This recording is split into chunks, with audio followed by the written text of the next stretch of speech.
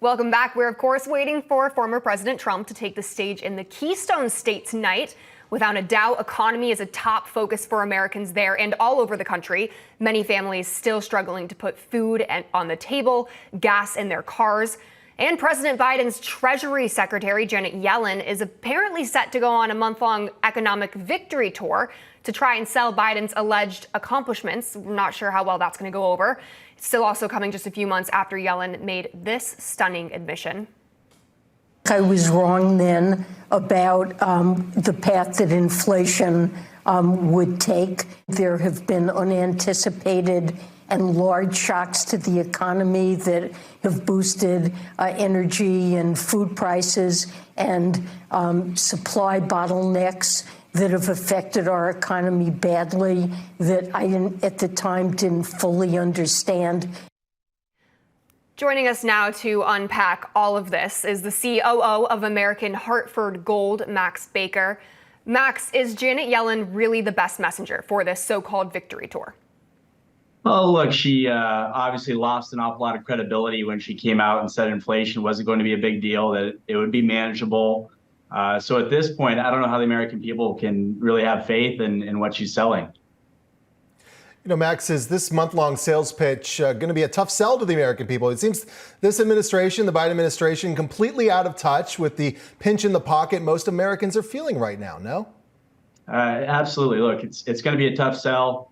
There was an ABC poll last month. 70% of Americans are saying the economy is getting worse. That's the highest percentage polled since 2008. Aside from that, you know, this administration seems preoccupied with pursuing green energy and expanding our IRS. And I find it hard to believe that that's the top priority of most Americans. Okay, we also know that Yellen is going out on this tour, right? She's planning on promoting Biden's $3 trillion in government spending since he took office. How big of a role did this mass influx of cash play in the inflation crisis that we're seeing today? Because it's just astronomical. It is. That's a big number. And, you know, when this administration took office in January of 2021, inflation was at 1.4%. It went all the way up to 9.1% in June of this year. And certainly anytime you print and pump $3 trillion into the economy, there's going to be a cause and effect there with inflation. So it certainly has had a big effect on it. You know, Max, we're coming off this student loan, really new piece of legislation, billions of more dollars into the economy and inflation expected. What are your predictions as we head into the fall? Where is this economy headed right now? And are you expecting continued interest rate hikes? How can Americans prepare for all of this? You know, there's going to be major volatility this fall. And Jerome Powell came out in Jackson Hole recently and basically said the war on inflation is just getting started.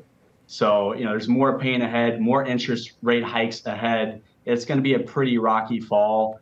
And certainly if you've got retirement accounts or you've got money in equities, you need to look to move to a defensive position, look towards safe haven assets, and certainly batten down the hatches, because it's going to be pretty interesting as we head into midterms and pretty interesting as we continue to raise interest rates north of 4%. It's interesting. It's going to be devastating for a lot of people. It's quite upsetting. But Max Baecker, thank you so much for being with us tonight. And we are closing in on what's expected to, of course, be a blockbuster Trump rally tonight, the first since that FBI raid and Biden's attacks against him and his supporters. Stay right here for live coverage when we return.